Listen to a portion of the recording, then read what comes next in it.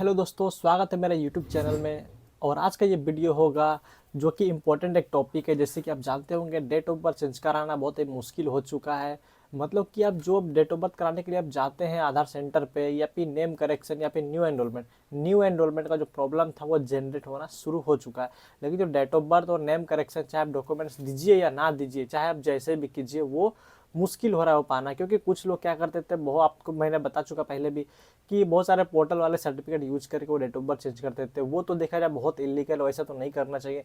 लेकिन जिनका ओरिजिनल है वो भी नहीं हो पा रहा था।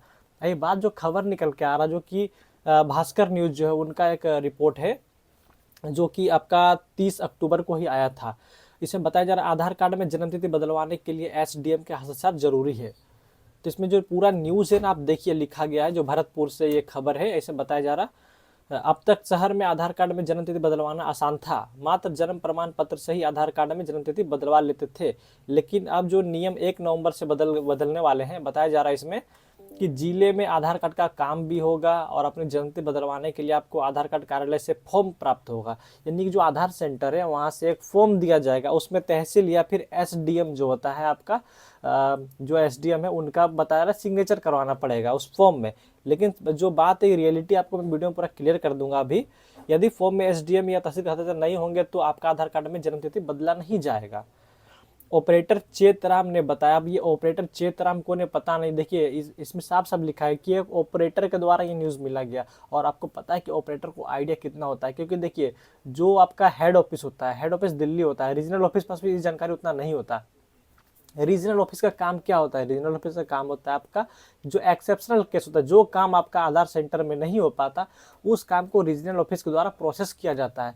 सिर्फ उनका उतना ही रोल है, ना कि उनका काम है आधार जनरेट करना, प्रिंटिंग करना। उसका इतना ही काम होता है एक्सेप्शनल केस को हैंडलिंग करना। ठीक है, बाकी जो जनरेट होता है सब दिल्ली हेडक्वार्टर से होता है और कहीं नहीं। ठीक है। और यहाँ पे बता देना चाहते हैं कि जो 18 वर्ष से जो जो ज़्यादा उम्र वाले हैं, सॉरी, जो 18 से ज़्यादा उम्र वाले हैं, बताया जा रहा है न्यूज़ के हिसाब से कि वो भी जिला परिषद में बनेगा। जो जिला होता है ना, जो डिस्ट्रिक्ट, उसी में ही बनेगा, बताया जा रहा। तो ऐसा बिल्कुल नहीं है, जितना इन्फॉर्मेशन दिया जा रहा है मेरे हिसाब से पूरा रॉन्ग है ये। पहली बात देखिए, अगर ऐसा होता कि जो फॉर्म मिलता है उसमें तो अगर सिग्नेचर कराना पड़ता है एसडीएम का, तो सबसे पहले जान लीजिए कि यूआईडी का जो ऑफिशियल वेबसाइट है वहाँ पर फॉर्म उपलब्ध पहले ही हो जाता। और जो यूआईडी वाले होते हैं वो क्या करते हैं, अपन नोटिस पहले ही वहाँ पे अपनी ऑफिशियल वेबसाइट पे देते कि आप ऐसा नियम बदल चुका है। आप आपका डॉक्यूमेंट जो लिस्ट होता है वो बर्थ सर्टिफिकेट भी वहाँ से हटा देते चाहते तो, या फिर बर्थ सर्टिफिकेट में ही मेंशन करके लिख देते कि आपका तहसील या फिर यहाँ से सिग्नेचर होना चाहिए। लेकिन इसका रियलिटी आपको बता दूँ क्या होता है कि देखिए, बर्थ सर्टिफिकेट वो वाला वैलिड होगा जिस बर्थ सर्टिफिकेट में तहसील हो गया या एसडीएम उसका सिग्नेचर रहता है।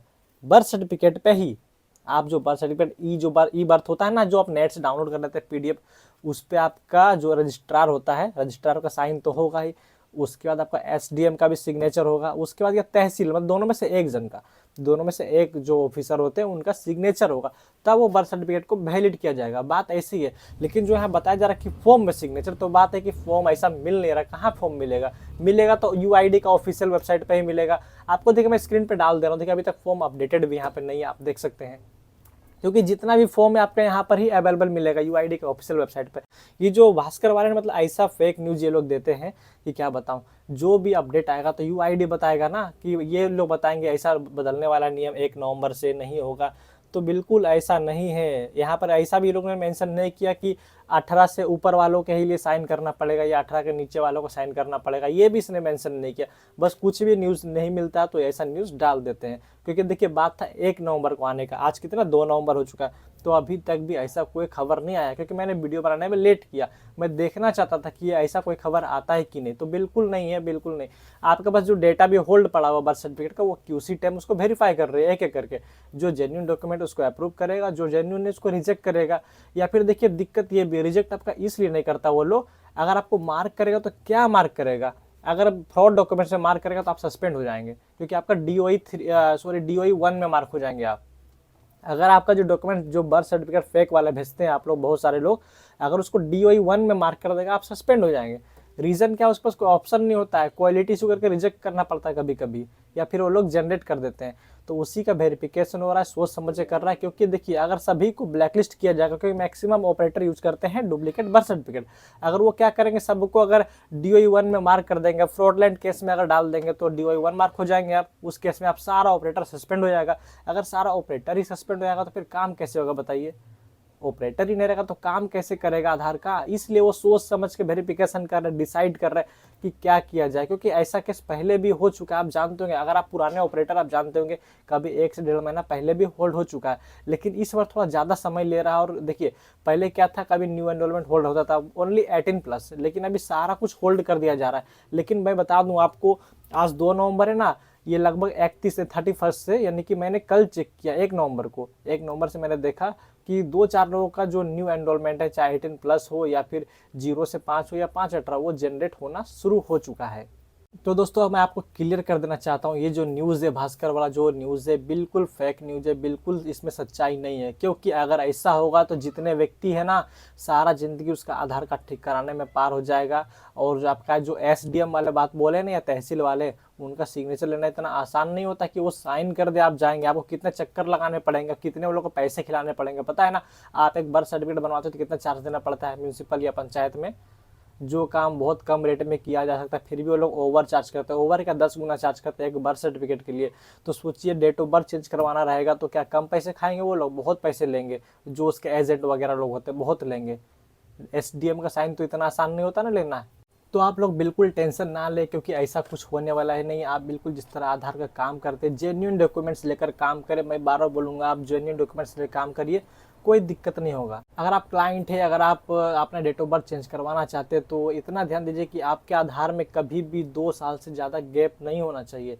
यानी कि अगर आपका एज हो रहा है मतलब 15 साल, तो आप उसको 18 साल नहीं कर सकते हैं। ये मत कीजिए। देखिए होने का सब, अगर किसी गलती से मिस्टेक हुआ है तो अलग बात है। लेकिन ऐसा भी कुछ रूल्स हमें, देखिए कंफर्म नहीं है, लेकिन हमें सुनने को मिल रहा है कि 2 ईयर से ज़्यादा नहीं करना चाहिए। क्योंकि देखिए UID जो रीजनल ऑफिस है, वो शायद सभी को कांटेक्ट भी कर रहे हैं। जो लोग मेल डालते हैं ना, जो लोग इस तरह का काम कर रहे हैं, उसको कांटेक्ट करके उसका इंक्वायरी भी कर रहे हैं। यहाँ तक मुझे खबर मिला है, क्योंकि कुछ लोगों ने हमें बताया ऐसा बात, इसलिए।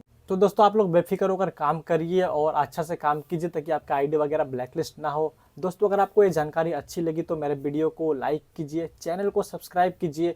और हमारा 1000 सब्सक्राइबर कंप्लीट हो चुका है, इसके लिए बहुत बहुत धन्यवाद आपको। और हमारे वीडियो को शेयर कीजिए, ताकि सभी को ऐसा इन्फॉर्मेशन मिलता रहे। क्योंकि जो हम आधार के ऊपर जानकारी देते हैं वो बिल्कुल जेन्युइन होता है। जब तक हम उसकी डिटेल्स नहीं लेते तब तक हम वीडियो नहीं बनाते हैं।